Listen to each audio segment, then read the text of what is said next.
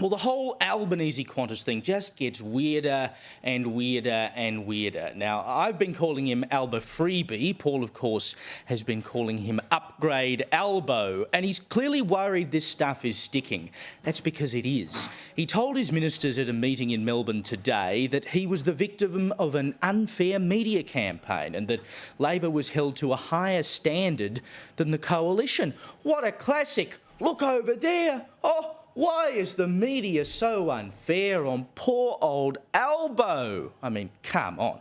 He must really be off with the pixies if he believes that one. Come on, fly with me, we'll fly, we'll fly. Pack up, let's fly away. Well, actually, after this week, he may well be thinking more along the lines of this Sinatra tune. Fly me to the moon. Let me play up there with those stars. At least he wouldn't have to deal with us up there, and well, if he can get a Qantas upgrade on the way, why not? Now, we know he said all this stuff at the meeting because a number of people who were in the meeting leaked it to the Nine papers. And when ministers start leaking against their Prime Minister, you know things are not going well. One MP who was at the meeting quoted him as saying, "The same thing happened to Kevin Rudd, the same thing happened to Julia Gillard, and then Bill Shorten, and now me." I mean, boo-hoo.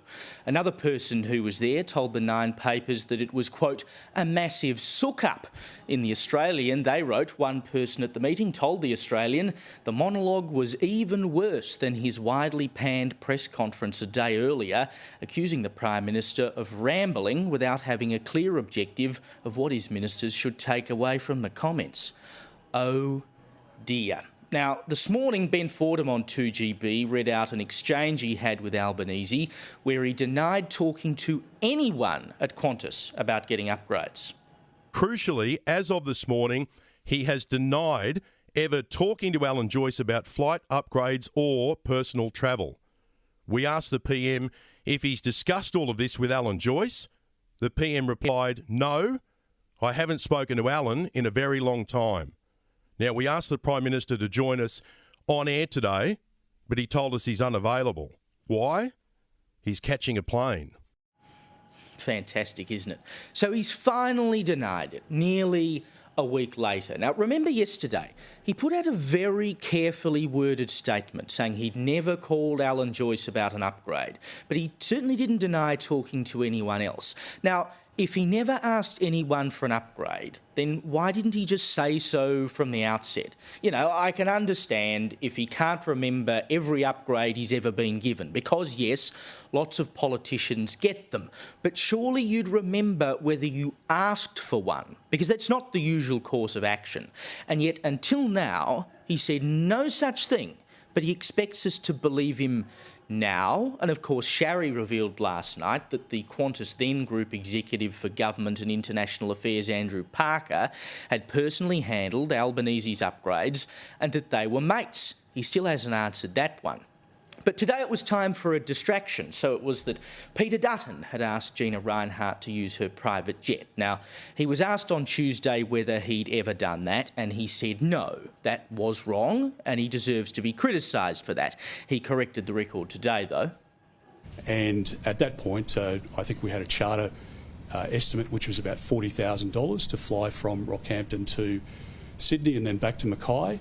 I thought that was very expensive, and the cheaper option for the taxpayer was for my office to speak to Mrs Rinehart's office as to whether the plane might be available.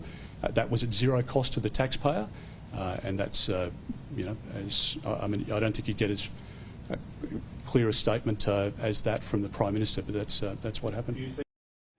But let's be serious here. This is a completely different situation. Labor wants you to think that this is in some way comparable, that Dutton has had his snout in the trough just as much, and so look, we're not any different than the other mob. But they're not the same. Dutton's office, while he is in opposition, asks a personal friend of his whether he can borrow her plane to go to a Bali bombing memorial. It's not like Mrs Rinehart has Dubai Dutton's support. He's previously declared himself the best friend mining's ever had. That's his publicly stated, clear policy position. And the mining sector is completely different to the airline sector. Mining licences are assessed and granted by state governments, and it's generally done at a departmental level, not by the minister. The federal government only regulates offshore exploration. The airline sector, I should say, on the other hand, is tightly controlled by the federal government, with many operators, of course, fighting for the opportunity to run their planes in and out of Australia and around Australia, and that is at the discretion of the Transport Minister.